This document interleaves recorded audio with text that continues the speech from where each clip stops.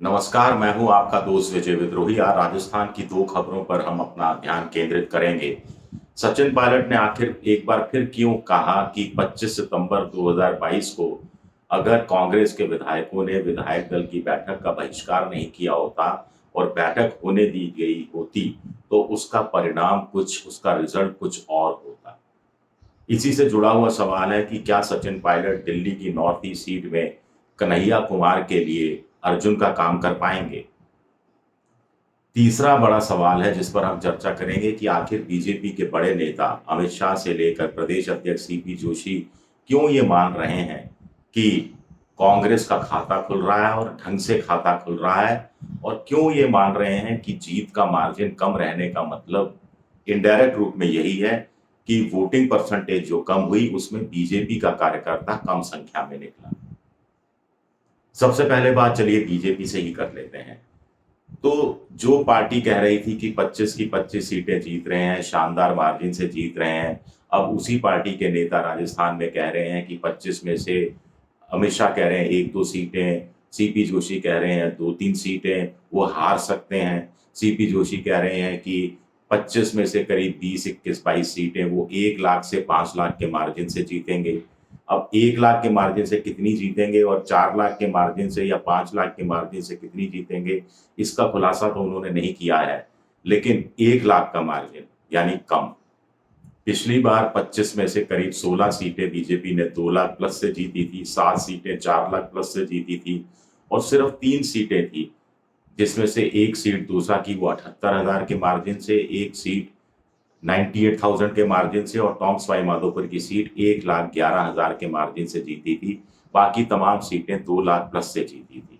तो स्वाभाविक है कि बीजेपी के नेता अप्रत्यक्ष रूप से इसको स्वीकार रहे हैं कि वोटिंग परसेंटेज जो कम रहा तो बीजेपी का कार्यकर्ता कहीं ना कहीं कम संख्या में निकला। अगर वोटिंग परसेंटेज कम होने के बावजूद बीजेपी का कार्यकर्ता, संघ का कार्यकर्ता 2019 की तरह उत्साह से निकला होता तो जीत का मार्जिन भी पिछली बार जितना था उतना या उससे थोड़ा सा कम होता है। इस कदर कम नहीं होता जैसा सीपी जोशी आशंका व्यक्त कर रहे हैं। दूसरी बात है कि अगर राजस्थान के नेता ये मान रहे हैं तो स्वाभाविक है कि अन्य राज्यों में, उत्तर भारत के राज्यों में भी जो वोटिंग परसेंटेज कम हुई है तो वहां भी ये मानकर चला जाए कि बीजेपी का कार्यकर्ता या संघ का कार्यकर्ता कम निकला। अगर ऐसा है तो उत्तर भारत के परिणाम क्या चौंकाने वाले साबित हो सकते हैं। जो पार्टी कभी कह रही थी 25 सीटें जीत रहे हैं, शानदार मार्जिन से जीत रहे हैं, वही पार्टी फिर कहने लगी 25 सीटें जीत रहे हैं, कम मार्जिन से जीत रहे हैं। उसी पार्टी के अमित शाह कह रहे हैं कि एक दो सीटें हार सकते हैं। सीपी जोशी 2-3 सीटों की बात कर रहे हैं। इंटेलिजेंस वाले 4-5 सीटों की बात कर रहे हैं कि कांग्रेस 4-5 सीटें निकाल सकती है। फलोदी सट्टा बाजार 5 से लेकर 6-7 सीटों की बात कर रहा है। तो कुल मिलाकर माजरा क्या है? साफ है कि कांग्रेस को करीब करीब 4-5 सीटें आती कम से कम दिख रही हैं, क्योंकि जो ये नेता 2-3 सीटों की बात कर रहे हैं आप स्वाभाविक तौर पर उसको दुगना कर दीजिए। 2-3 का मतलब 4 से लेकर 6 सीटें कांग्रेस जीतने की स्थिति में है। और बीजेपी के नेता, अब बड़ा सवाल उठता है कि फिर ये स्वीकार क्यों रहे हैं? क्या उनको वाकई लगता है कि बड़ी इससे कहीं बड़े अंतर से कांग्रेस सीटें जीतने वाली है और वो एक नैरेटिव ये गलत ना चला जाए अन्य राज्यों में जहां चुनाव अभी हो रहा है कि वास्तव में कांग्रेस 8, 9, 10, 11, 12 सीटें जीत सकती है राजस्थान में। उसको काउंटर करने के लिए इनको लगता है, बीजेपी के नेताओं को शायद लगा हो कि अपनी तरफ से 1, 2, 3 सीटें कह दी जाएं तो नैरेटिव चला जाएगा कि देखिए बीजेपी के नेताओं ने भी स्वीकार लिया 2-3 सीटें, तो स्वाभाविक है कांग्रेस को 5, 6, 7, 8 सीटें नहीं आ रही, ज्यादा से ज्यादा 4 सीटें आ जाएंगी। ऐसा भी हो सकता है। तो इस नैरेटिव के जरिए अपनी दूसरे राज्यों में वोटिंग पर कोई फर्क ना पड़े उसको संभालने के लिए क्या ये बयान दिया गया है। दूसरी खबर पर चलते हैं।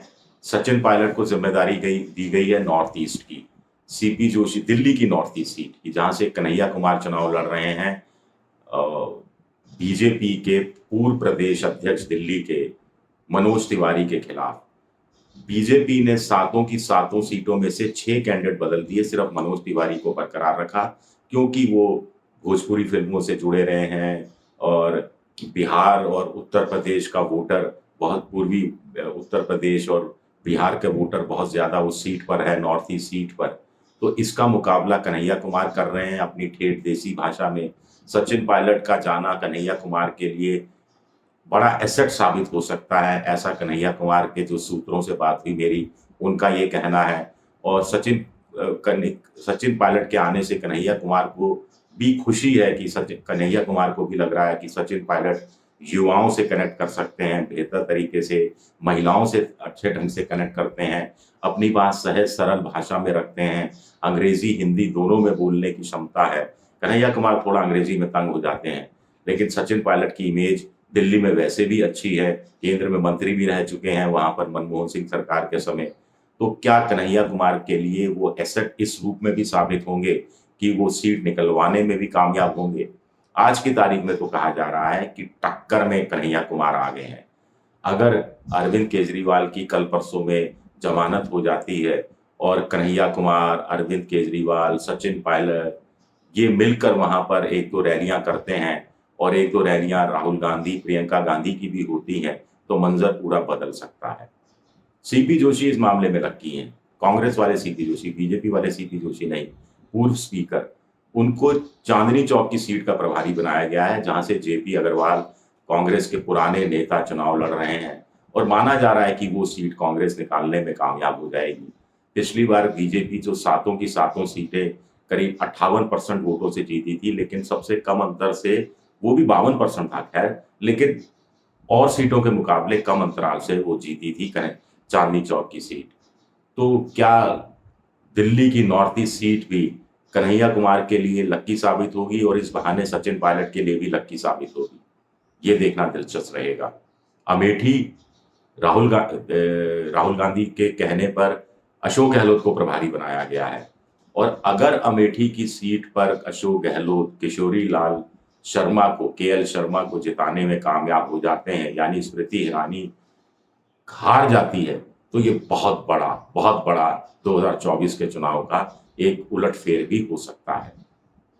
सचिन पायलट ने एक इंटरव्यू दिया, इस इंटरव्यू में कहा कि 25 सितंबर 2022 को जो कांग्रेस विधायक दल की बैठक रात को होने वाली थी, जिसमें मल्लिकार्जुन खड़गे, अजय माकन केंद्रीय पर्यवेक्षक के रूप में आए थे, जो शांति धारीवाल के घर पर विधायक जुट गए थे, जो विधायक सब सीपी जोशी के पास चले गए थे, सशर्त इस्तीफे की स्थिति नौबत आ गई थी, बैठक नहीं हो पाई थी। सचिन पायलट का कहना है कि अगर वो बैठक हो जाती तो उसका नतीजा, उसका रिजल्ट कुछ और ही होता। क्या होता? अब याद करने की कोई जरूरत नहीं है, लेकिन सचिन पायलट की क्या बार बार ये टीस सामने आ जाती है। देखना होगा कि 4 जून के बाद किसके कितने ढंग से सितारे पलटते हैं। लेकिन जहां से शुरुआत की थी वहीं से अंत करते हैं कि बीजेपी के नेताओं को आखिर क्यों मानना पड़ रहा है कि राजस्थान में कुछ सीटें वो गंवा सकते हैं। स्वाभाविक है कि उनको आभास हो गया है, आशंका अलग बात है, लेकिन 3 चरण का चुनाव हो चुका है और एग्जिट पोल करने वाले एग्जिट पोल कर रहे हैं, वो डाटा सामने नहीं ला रहे हैं। हो सकता है डाटा लीक हो गया हो सकता है उस डाटा से पता लगा हो। इंटेलिजेंस वाले अगर 4-5 सीटों की बात कर रहे हैं कि 4-5 सीटों में बीजेपी का प्रदर्शन खराब हो सकता है, यानी कांग्रेस जीत सकती है, तो अमित शाह तो बहुत पुराने खिलाड़ी हैं, वो जानते हैं कि अगर इंटेलिजेंस वाले 4-5 सीटों पर कांग्रेस की जीत की बात कर रहे हैं तो यकीन मानकर चलिए इसमें 3-4 सीटों का इजाफा तो किया ही जा सकता है, क्योंकि इंटेलिजेंस वाले भी वही बात कहते हैं जो सत्तारूढ़ पार्टी सुनना पसंद करती है। 4 जून को जब नतीजे आएंगे तब जो भी हो, तब तक तो कोई किसी को कुछ कहने लायक भी नहीं बचेगा, लेकिन तब तक के लिए तो थोड़ी सी राहत हो सकती है। शुक्रिया मेरा ये वीडियो देखने के लिए। पसंद आए तो लाइक कीजिए, सब्सक्राइब कीजिए, शेयर कीजिए, घंटी जैसी आकृति बेल आइकन दबा दीजिए। आप मेंबरशिप ड्राइव में भी जा सकते हैं, मेरी आर्थिक मदद की भी कोशिश कर सकते हैं। शुक्रिया मुझसे जुड़े रहने के लिए। ट्विटर एक्स पर मैं विद्रोही 7 के नाम से हूँ। फेसबुक पर मेरा पेज है विजय विद्रोही पेज, जहां आप मुझे फॉलो कर सकते हैं। शुक्रिया, बहुत बहुत शुक्रिया।